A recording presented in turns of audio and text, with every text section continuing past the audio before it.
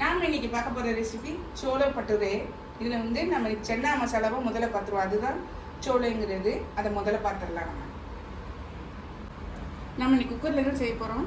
First வந்து இந்த வெங்காயத்தை வந்து அரைச்சிட்டு வந்துடலாம். ஜாரில் போட்டு அரைச்சிடலாம். அதே மாதிரி தக்காளியும் அரைச்சிட்டு காமிக்கிறேன்.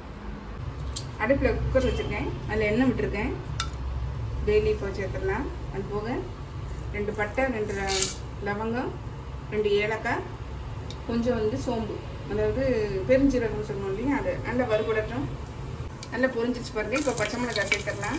இது கூட அரைச்சி வச்சுருக்கிற வெங்காயம் சேர்த்துடலாம்.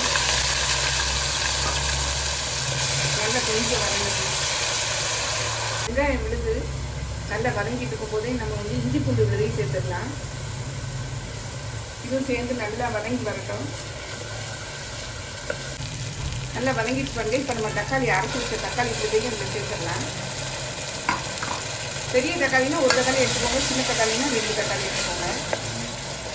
நல்லா வதங்கி பச்சை ஸ்மெல்லில் போயிடுச்சு பாருங்க. இப்போ நம்ம இந்த மசாலாவெல்லாம் சேர்த்துடலாம்.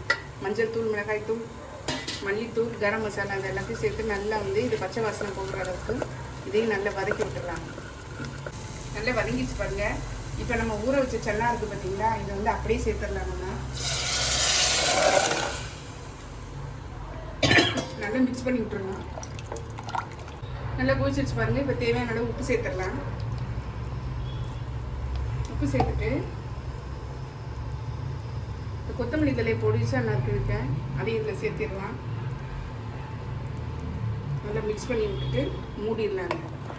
உப்பு காரம்னா நீங்கள் இந்த ஸ்டேஜில் செக் பண்ணி பார்த்துக்கலாம். குக்கரை மூடிடலாம்.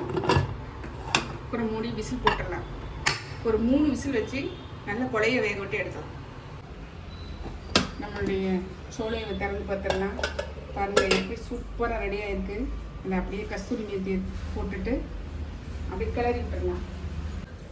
பாருங்கள் எப்படி செம்மையாக ரெடியாக இருக்குன்னு. வாசனையாக இருக்குது, செம்மையாக இருக்குங்க. வீடே மணக்குதுங்க. அப்படியே நம்ம பட்டூராவை வச்சு இதை வச்சு சாப்பிட்டோம்னா செம்ம டேஸ்டியாக இருக்குங்க. நான் உங்களுக்கு காமிக்கிறேங்க.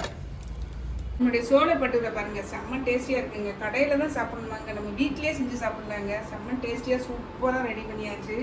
இந்த லீவில் நாட்களில் நீங்களும் செய்து பாருங்கள். கண்டிப்பாக ட்ரை பண்ணுங்கள். தேங்க்யூ.